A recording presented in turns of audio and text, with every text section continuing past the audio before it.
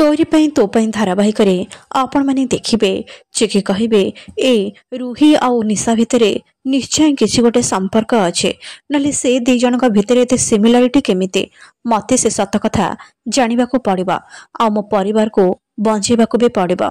एपटे निशा सब जिनिस फिंगा फोफड़ा करिवे। लकी आसी कहिबे निशा कौन हेचे तमे एते जोरे रागुच काहेके।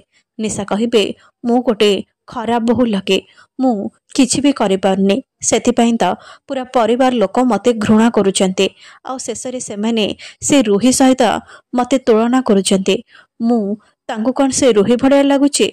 लकी कहिबे नाई निशा तुमको केही भी घृणा करू नहांते आ तमे निजको कष्ट देबा बंद कर।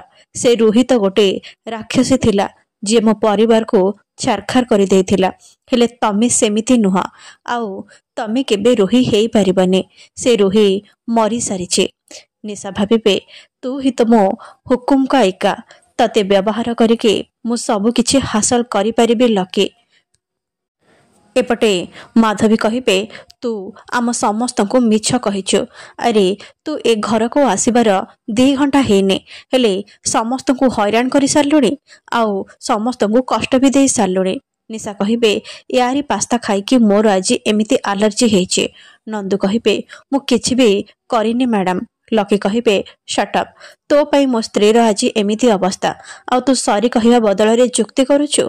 नंदू कहिबे ना सर मैडम भूल कहउचंते। एहा परे लकी नंदू को मारिबा को हाथ उठाया बेले राम आसी धरि नेबे आउ कहिबे गरीबंक पाखरे धन संपत्ति रहिया पई घर ए सबु न थाए सत हेले तांको इज्जत तांको पई बड़ आ तू तांको पाखरो आज से सबु छड़े नबाकू बसिथिलु। छी लके तू एते तळकू केबेठू खसी गलु।